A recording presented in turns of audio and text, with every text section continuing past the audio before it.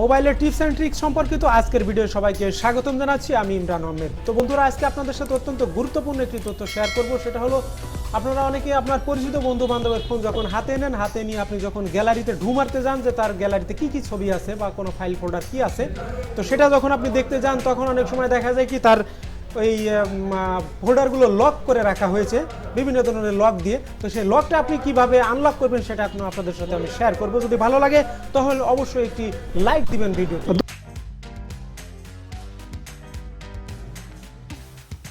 দোস্ত, শুরুতেই যে কথা আমি বলছিলাম যে আপনার পরিচিত কোনো বন্ধু বান্ধবের যদি ফোনটা আপনি অনেক সময় হাতে নেন, হাতে নিলে হয় কি দেখা যাচ্ছে যে আপনি যদি গ্যালারিতে একটু ঢু মারতে যান তখন আসলে হয়ে থাকে কি যে দেখা যাচ্ছে প্রত্যেকটা ফাইল এবং ফোল্ডার সে লক করে রেখেছে, আপনি হতাশ হয়ে সেখান থেকে ফিরে আসেন।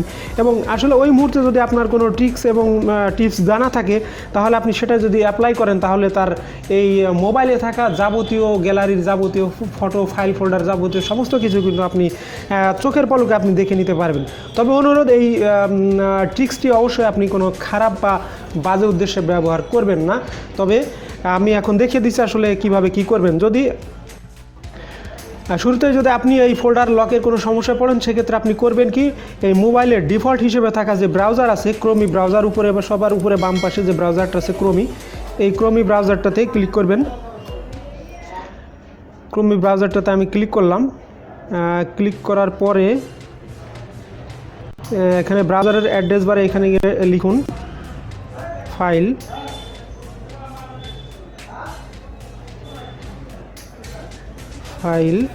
তারপরে কোলন দিয়ে 3টা স্ল্যাশ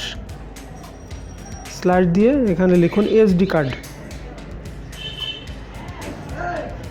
লিখে গো বাটনে ক্লিক করুন। এবার দেখুন সুন্দরভাবে এই মেমোরি কার্ডে থাকা যাবতীয় সমস্ত ফাইল এবং ফোল্ডার এখানে কিন্তু শো করতেছে। এখান থেকে আপনি ইচ্ছা মতো সব কিছু এখান থেকে দেখে নিতে পারবেন।